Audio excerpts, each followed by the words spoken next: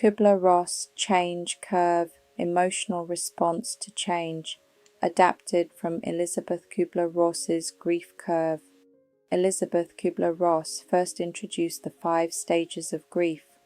Over time, leadership and organizational development practitioners adapted this emotional framework into what is now widely called the Kubler-Ross change curve, a model used to understand how people emotionally react when workplace change disrupts certainty. Why do employees sometimes react to organizational change as if something has been taken away from them? A new system is announced, a restructure begins, a manager changes, a department merges, leadership sees a strategic improvement, but employees often feel stress, resistance, frustration, low morale, uncertainty. Why? Because to leadership, it may be a business decision, but to the employee, it often feels like a personal loss of routine, loss of control, loss of confidence, loss of familiarity.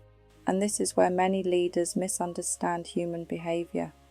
They expect people to respond logically, but people often respond emotionally first. This is exactly what the Kubler-Ross change curve helps us understand. It teaches that whenever significant change enters the workplace, people frequently move through an emotional dip before they regain acceptance and productivity. Meaning, resistance is not always rebellion. Sometimes it is simply grief for what was familiar. The core idea of the Kubler-Ross change curve. At the heart of this model is one powerful truth. Change often feels like loss before it feels like opportunity. Leaders may see efficiency, innovation, progress. Employees may initially feel fear, anger, uncertainty, sadness. This emotional reaction is normal because human beings are wired to seek stability.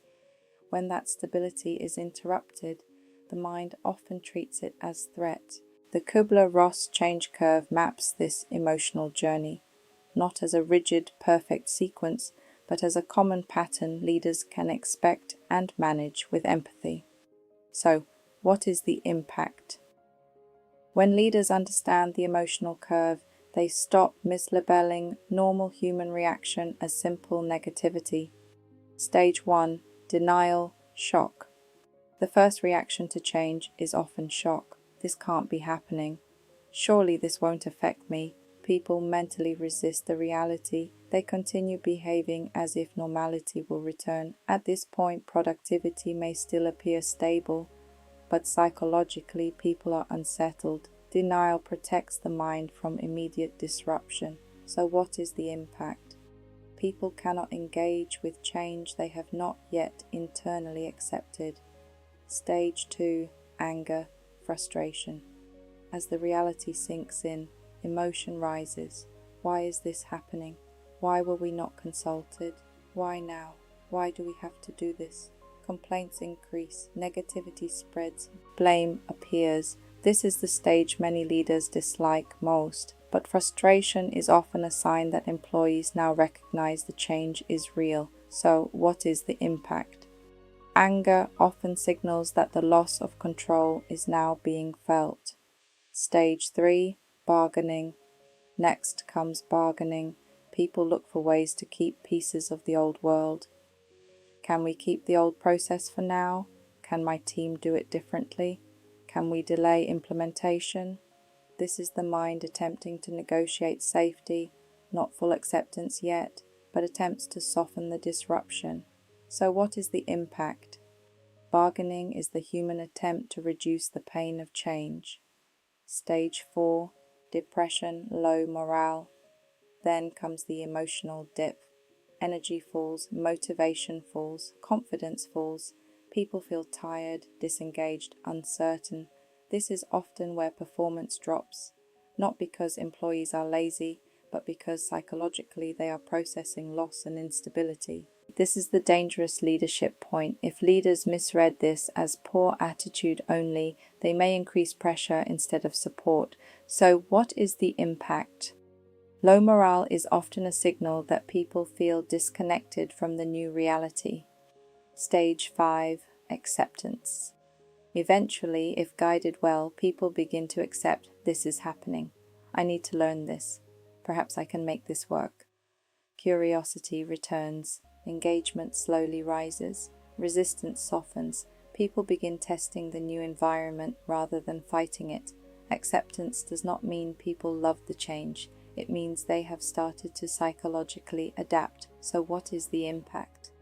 Acceptance is the point where energy stops going into resistance and starts going into adjustment. Stage 6. Integration, commitment.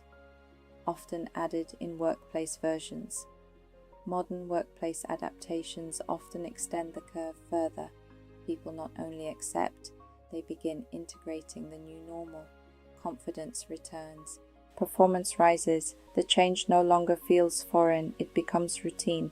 Now the employee is no longer surviving the transition, they are functioning inside it. So, what is the impact? True change succeeds when the new normal no longer feels threatening. Why this model matters in leadership. This model is enormously valuable because it teaches leaders not every resistant employee is a difficult employee. Many are simply emotionally processing uncertainty. The change curve helps leaders understand when to communicate, when to listen, when to reassure, when to train, when to reinforce patience. Because if leaders only push harder during the emotional dip, they often deepen disengagement. But if leaders support people through the dip, commitment returns faster. Real workplace example. Imagine a company announces major automation software. Leadership sees efficiency. Employees hear, will my job change? Will I cope? Will I still be needed?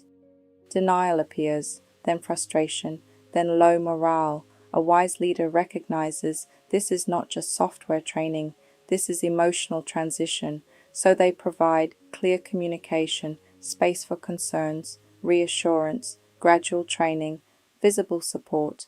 Now the curve shortens, acceptance comes sooner.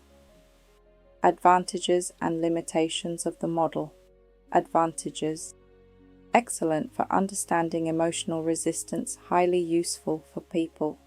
Leadership builds empathy during transformation, helps predict morale dips. Limitations. Not every person follows the same order. The original model was grief-based, not corporate science should be used as guidance, not rigid diagnosis. Even Elizabeth Kubler-Ross herself stressed that emotional stages are not perfectly linear, where it is used today.